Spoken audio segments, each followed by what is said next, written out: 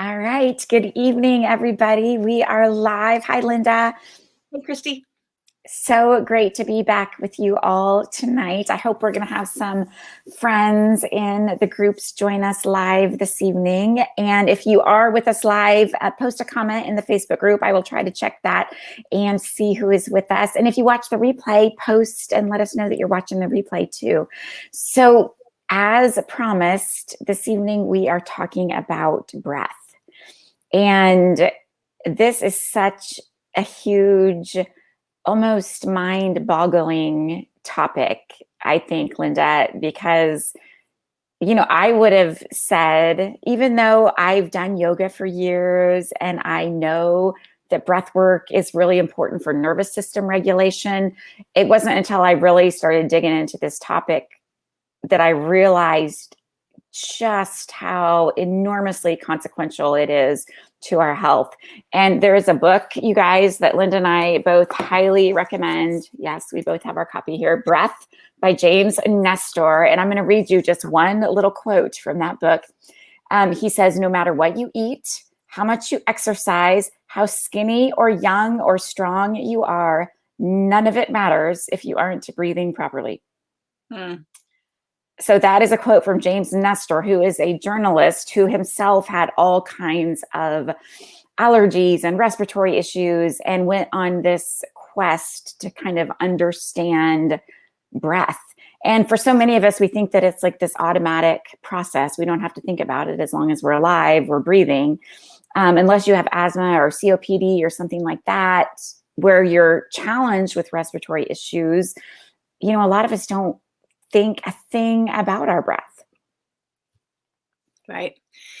I not only from this book, but the book is so amazing. And because he's not a scientist, he's a journalist, he writes really well and anybody can understand it. I mean, it's a little bit sciencey. He put himself into a study to really see how he could alter his breath, but he writes about it so interestingly. But to your point of you just think it's an automatic thing, but here's some things to remember about breath. It's a detoxification system for your body. So it's one of several ways that your body eliminates toxins. It's also a regulator for your nervous system. So you can do specific kinds of breathing, and that will help you calm down, and it will help you get into that parasympathetic branch of your nervous system. It also can move energy. So you can do fire breathing and other types of more accelerated breathing, and that can help move energy. And we talk a lot I think in today's world about energy and stuck emotions in our body, and you can use your breath to move that energy that's stuck in your body. And just think about it. Every single emotion has a correlated type of breathing to it, right? When you start crying, you breathe a certain way. When you start laughing, you breathe a different way. When you're nervous, you breathe another way. When you're running, you breathe another way. And running is like fight or flight. So how do you breathe when you're like, even if you're just like at a jog all day long, right? You're not sitting and resting, but you're at a jog.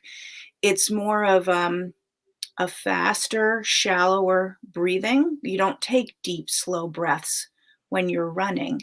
So every emotion has a correlated breathing, and by changing your breathing, you can change your emotions. So they work together. They're symbiotic, I guess, or two sides of the same coin, however you want to look at it. But that's all fascinating. Like, who knew even just all of that, right? Yes.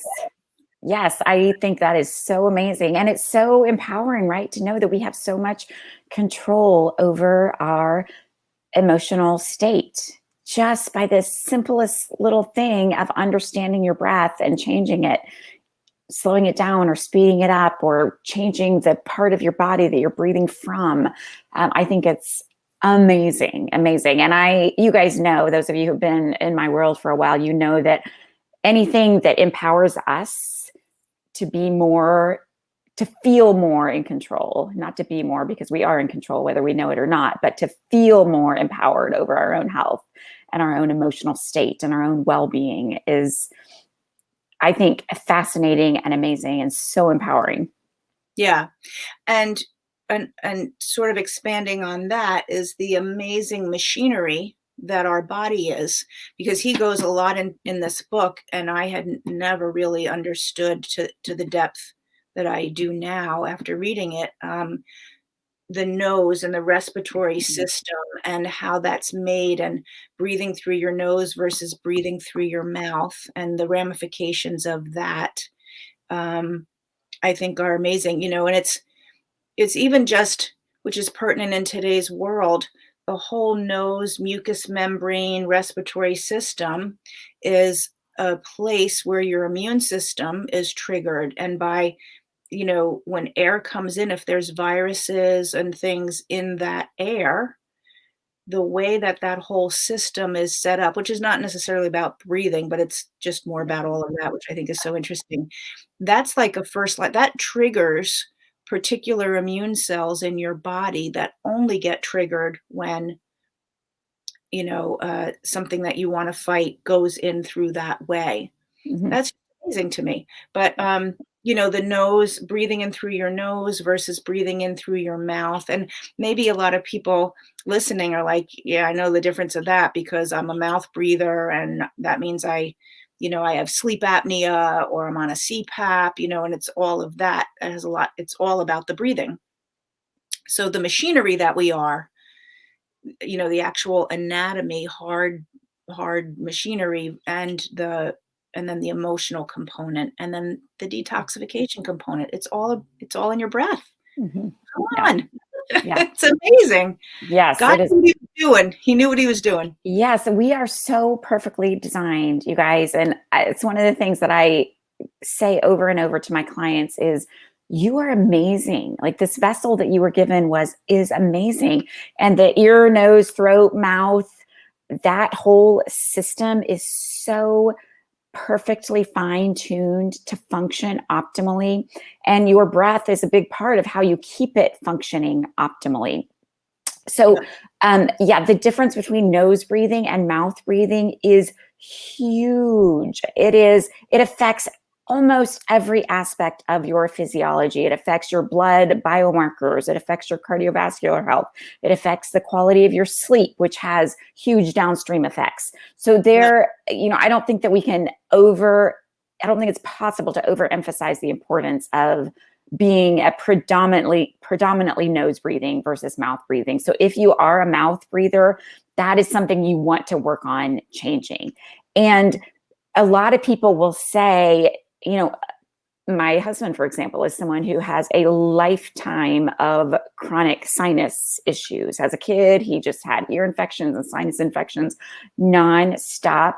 And after I read this book and started learning some of this science, I'm like, it all makes sense. He has a very narrow face, a small jawline. Um, and one of the things that James Nestor goes into that I think is super fascinating is he talks about how our diet has evolved over time, and our ancestors ate, where they were hunter gatherers, right? They ate tough meat. They ate raw vegetables primarily that they had to chew so much. And that strengthened the jaw. It kept the palate and the mouth broad and wide, which in turn kept our sinuses and our nasal passages open and broad and wide. And so he goes back through kind of the anthropology of this, looking at skulls of people from earlier periods in history and how our skulls have changed, our mouths have narrowed, our sinus passages and our noses have actually gotten narrower. And it's all, or not all, but primarily because we don't chew anymore. We are bottle fed, and then we go to pureed commercial jarred baby food, and then we eat as kids a diet of white bread and Twinkies and pasta and soft foods that we don't chew, and so we don't work those muscles and we don't develop the the facial features and the nasal passages that allow us to breathe in a healthy way. And then those nasal passages become narrowed and congested. And so that causes us to become mouth breathers because we get congested more easily and we get obstructions in those passages more easily. And so we start to breathe through our mouths and we snore at night because those passages are narrowed and because we have phlegm and congestion. And so it's just this vicious cycle, which leads to just untold downstream health ramifications. It's really stunning. So that is like two things. If we can give you two easy things that you can start to work on, is chew more, eat raw vegetables and foods that you have to chew, and then really consciously make an effort to breathe through your nose. And he talks about how different cultures, especially indigenous cultures who are so much wiser than we are about a lot of these things, moms, from the moment their babies are born, they will close their mouths while they're sleeping. They'll close their mouths and train them to breathe through their noses. And I thought that was amazing. I mean, I didn't do that when my kids were a baby. It never even occurred to me to pay attention to whether they were mouth or nose breathing. So making a conscious effort to close your mouth and breathe through your nose, even when you are congested. And I tell my kids this all the time. One of my boys has some sinus issues. Close your mouth, breathe through your nose, and it will help to clear that congestion. It's a little bit of work. It's a little bit uncomfortable, but if you do it for 5 minutes, it will clear the congestion. Yeah. After I read this book, I actually taped my mouth shut for about a month, which he talks about. It wasn't like I thought of that. And you might be like, what? But I did. I just got a little bit of a first aid tape and I taped it. And he actually recommends doing that. And then do you know who Dr. Ben Lynch is? Yeah. So I follow him, and it was just so funny. He was like talking about it around the same time that I read the book, probably because that's maybe when the book came out. Yeah. So he tapes his kids' mouths shut at night so that they learn to nose breathe. And you might think, oh my God, that's horrible taping, but it's not like this. It's like a little strip of tape here, and it just keeps your mouth. And after like a month, you're not even opening your mouth. And I don't really know whether I was a mouth breather or not. If you sleep with someone, I'm single, so I don't know. Nobody's telling me that I snore, but if people tell you you snore, then you know that your mouth is open. But I was like, oh, I might as well just do that because why not, right? So that's an easy thing that you can do to help, train your nasal passages. Yeah. Yeah, absolutely. And we were designed to breathe through our nose. And so many people think, oh, it's not a big deal. Either one works. You can stay alive maybe with mouth breathing, but it is going to significantly affect your health and your quality of life. That's why people go on CPAP machines when they snore, because when they go to the doctors recognize there's a stress on their heart and their lungs because of the way that they're breathing at night. Yeah. Yeah, absolutely. Yeah. I'm trying to think what else we wanted to touch on. Did you have other things you wanted to add? Well, there are people who can't exercise, and yet that they will do breath work in their chair, and that will train their cardiovascular system. That will help with weight loss. It'll help burn calories. So just doing breath work without even moving is an exercise regimen.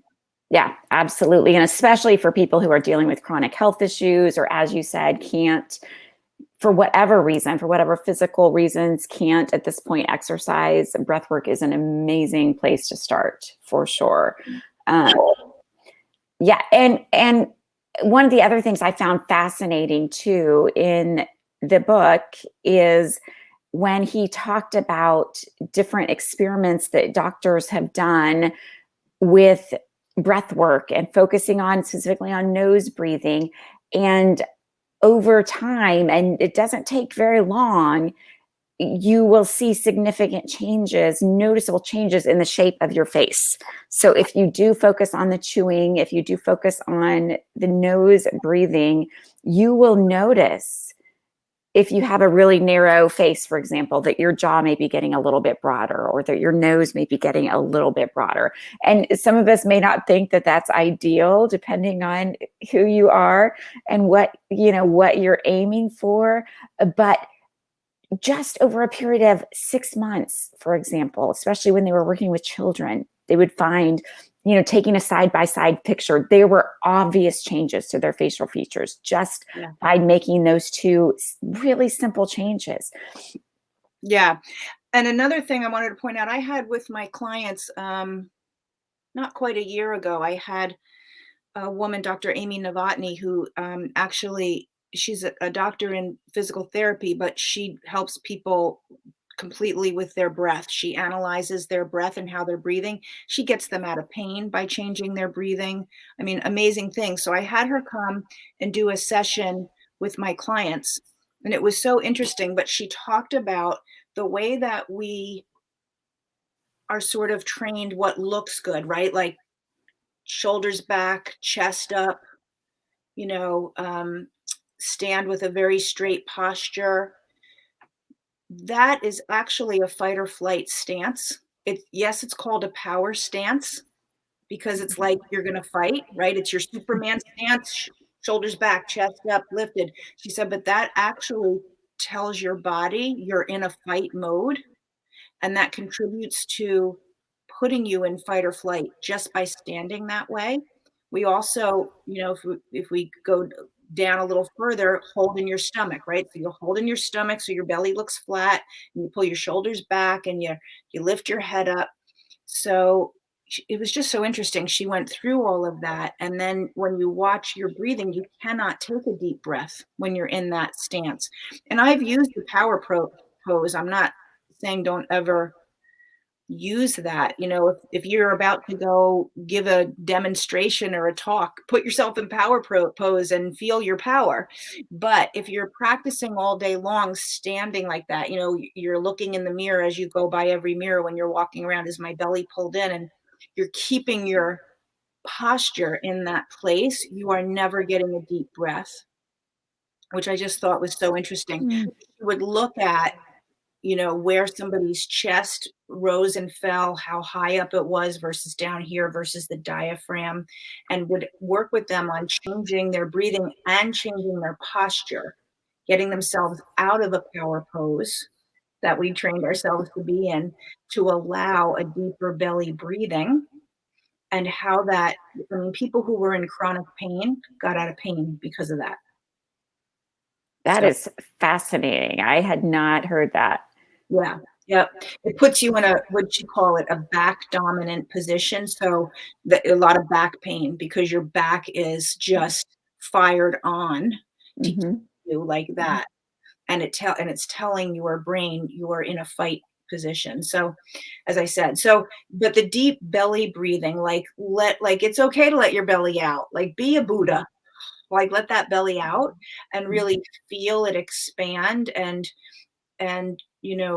I'm sure you do similar work with your clients, but I have them connect to their heart, one hand on their Mm. heart, and also one hand on their belly so that they can feel the belly expand as they inhale. And then the connection to the heart, to my mind, and well, I didn't make it up. So what I've learned, and I think, and I agree with it, is that that's where, when you connect to your heart, that's where you really change your emotional energy. So putting your hand on, one here and one here down low, and then connecting to the breath in terms of fight or flight and relaxation is tremendous. There's other kinds of breathing that we talked about earlier, like fire breathing, where you want to powerfully breathe and move energy out. But for the purposes of this workshop, I think we want to relax, right? Yes. Yeah. And as Linda said, you can control your emotional state either way. If you're going into a big presentation or a speech, you can breathe a certain way, or you can put on that power stance to pull yourself into a challenge stress response. That is a form of a stress response that gives you access to your memory, to your ability to think fast on your feet and to perform well. Or what most of us need to do more often, right, is to get out of that stress response and to get into a relaxed, rest, digest, heal, and thrive nervous system state. So you can use your breath to do that as well. So that's maybe a really good segue, Linda, into kind of talking about some of the different types of breath work. And so we were going to share just a few different types of breath work that we like, and then just practice a short breath work practice with you guys right here on this live. So Linda mentioned the belly breathing, which is one of my favorites too. Hand on heart, hand on your belly, and you want to breathe really deep in through your nose and feel your belly expand. And if you aren't sure whether you're belly breathing or not, or what this feels like, there's a free app that you can get called Belly Bio that you can download that I really like, that you can lay flat on your back on the floor and you can just put your cell phone right on your belly and it will tell you if you are belly breathing or not with this app. So that's kind of cool. But this is a really good way to reconnect with yourself and to get back into that parasympathetic state. I also like to visualize breathing from my feet all the way up through my body, filling my entire body with air. So as you breathe in, visualize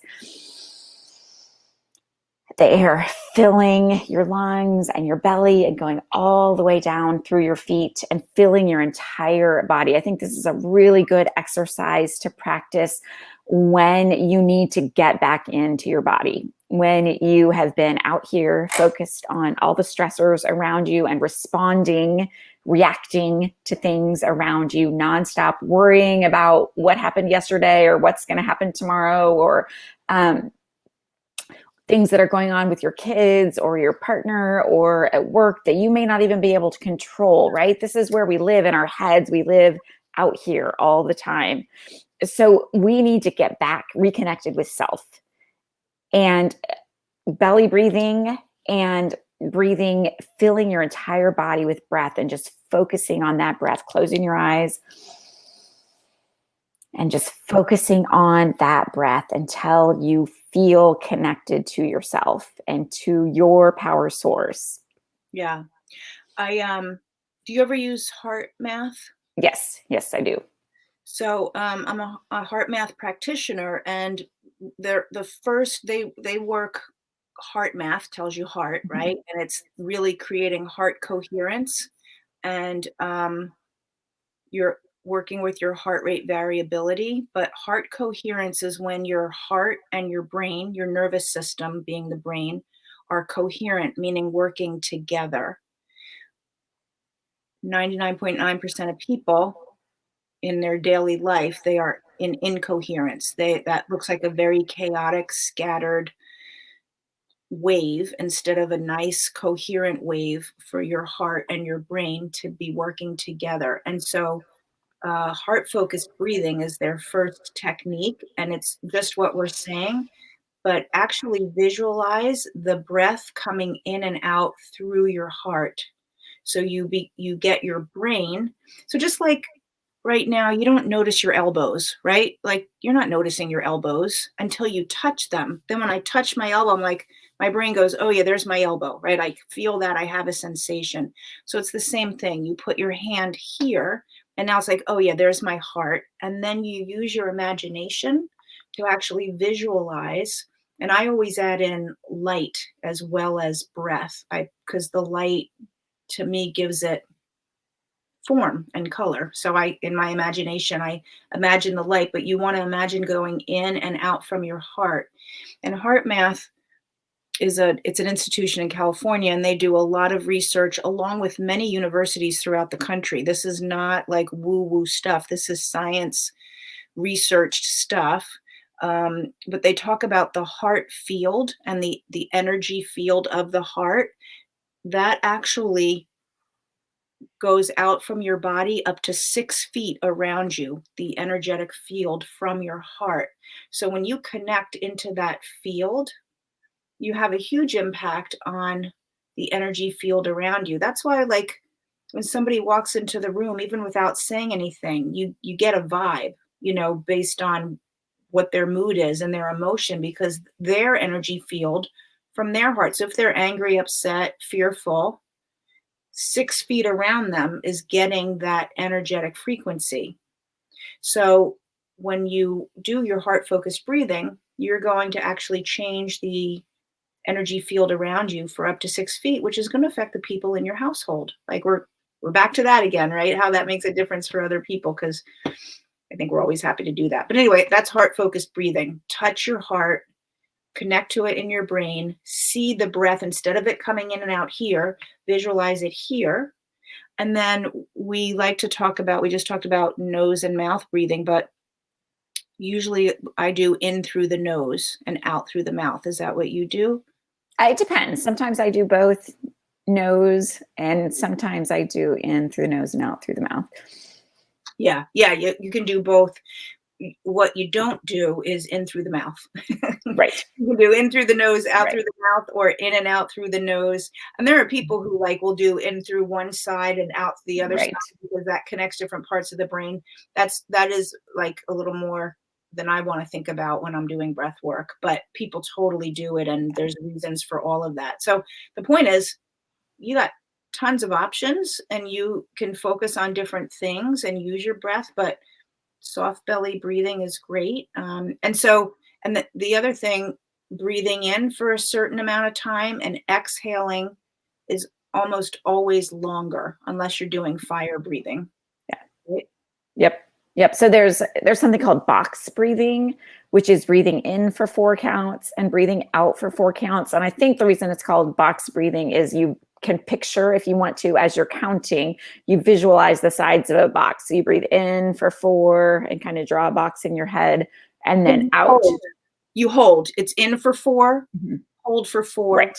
out for 4, Right. root for 4. Right. 4, 4, 4, 4. Right. So that's box breathing. There's also another method that Dr. Andrew Weil made really popular. That is it 5, 7, 8? Is that right? I was going to look it up and make sure, but it's breathe in for 5, hold for 7, out for 8, I believe. It's so you'll breathe out for longer, because that helps to really purge every bit of that old air in your body and helps with the detoxification process. So you breathe in for 5 counts, hold for 7 counts, and then out for 8 counts.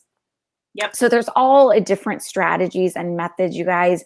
And honestly, you really can't mess it up as long as you are breathing in through your nose, and as long as you are conscious of your breath creating the state, the emotional state, and the nervous system state that you want to have. So that is the really empowering, impactful part of this, that, we breathe 25,000 breaths per day.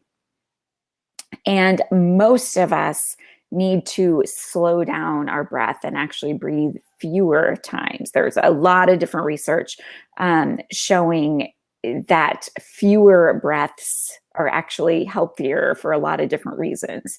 Didn't he in the book reference there were a couple of coaches with runners? So, and Yes. didn't they like have their runners slow their breath down in a race? Yes. So, which was kind of the opposite of what everybody else does, right? But you have these elite, Olympic level runners, and there were a couple of coaches that were following the research around breath, or a particular line of thinking around breath. And some people thought they were crazy, but they would have their athletes, from like the gun would go off, and they had trained and practiced deep, slow breaths while they were sprinting, and their times got better. Mm-hmm. Right? Yeah. Yep. It made a difference in their speed and their endurance. Yeah. Yes. Burn out Absolutely. fast. Yeah. Absolutely. Cool. Yep. And I think, and I don't know this for a fact, this would be really interesting to research or see if there is any research on this, but they're one of the stress experts that I follow. Her name is Kelly McGonigal. Have you read her book, The Upside of Stress? I have not. I know. So I read that book. Yeah, it's an amazing, fascinating book that I definitely recommend. And she talks about the different types of stress responses. And one of the types of stress response that she has researched and validated is she calls a challenge response, which is a stress response. Your body is producing stress hormones, but it is the stress response that you see in elite athletes or a surgeon or a concert pianist or someone who is in the flow, right? We think of that as being in a flow state. Yeah, and they look incredibly calm and serene and focused, but they are actually, if you measure their physiology, and they are actually having a stress response with a slightly different balance of stress hormones that allows them to be hyper focused wow. and to perform at peak ability. So I think, and now I forget where I was going with that. So I think there's a connection between the breath that James Nestor and these researchers are talking about with their elite athletes, slowing down their breath to trigger that challenge response. Right. So amazing. Yeah. Yeah. That sounds like a cool book. What was the name of the book again? It's called The Upside of Stress. It's by Kelly McGonigal. She is a health psychologist at Stanford University, and fascinating. I highly recommend it. Yeah. Got it. That's next on my list. Yeah. All right. Awesome. Yeah. So do you want to do a practice, even like 2 minutes? Yes. Let's do just a short breath practice. What do you think we should do? Do you want to do box breathing? Box breathing. It's simple. And you guys, when you are doing breath work, if you will make a habit of doing this once or twice or 3 times a day, do it first thing when you wake up, do it anytime you are feeling stressed, even if it's 2 minutes. Pause, close the door to your office, or go hide in your closet, whatever you need. Go to the bathroom. Yeah, and just take 2 minutes to pause and breathe and change your physiology and your emotional state that fast. Absolutely. So one of the things I like to do is listen to music while I'm doing breath work. You do not have to do this at all, but this is called Beautiful Chorus. And this is a CD of just like one-liner mantras that you can use if you wish. You do not have to. You can just close your eyes and count in your head. You can use any phrase that you want to that resonates with you. You can breathe in love and joy and peace, and breathe out stress and fear and anxiety. That's one of the things I like to visualize, is breathing in the positive that I want to experience and breathing out whatever it is that I want to let go of. So I'll just say to myself, breathing in peace, joy, relaxation, whatever it is.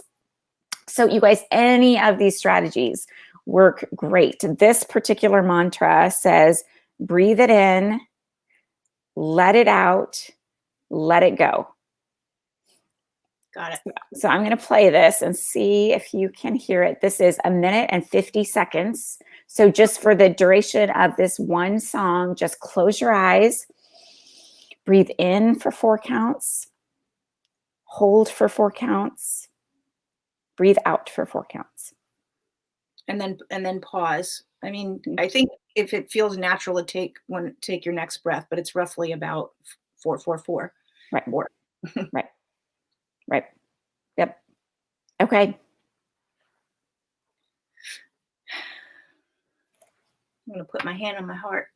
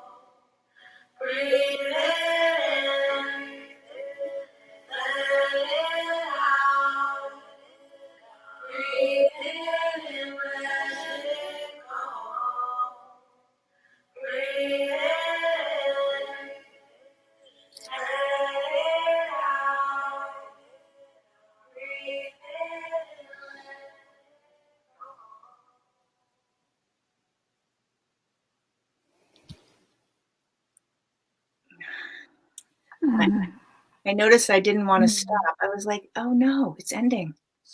You Oh, can good. put it on repeat. So good. Thank you, Christy. We should have done that at the beginning of this. Yes. Maybe we'll do that tomorrow. Well, I won't be with you tomorrow, but you could maybe start that way tomorrow.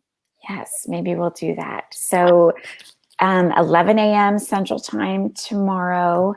We will be back here. I will be back here. Linda's not going to be able to join us tomorrow, but then she'll be back with us on Saturday morning and Sunday morning for our last 2 sessions. So I hope that you guys are enjoying this as much as we are. I hope that you will be able to be with us for the next 3 days. I hope that you are taking these tools and practicing them, because that is really where the life-changing work happens. Yeah. Awesome. Thank you so much. I feel so relaxed. I do too. I'm ready to go crawl in bed and go to sleep. Yeah. All right. Good night, you guys, and we'll see you tomorrow. Good night.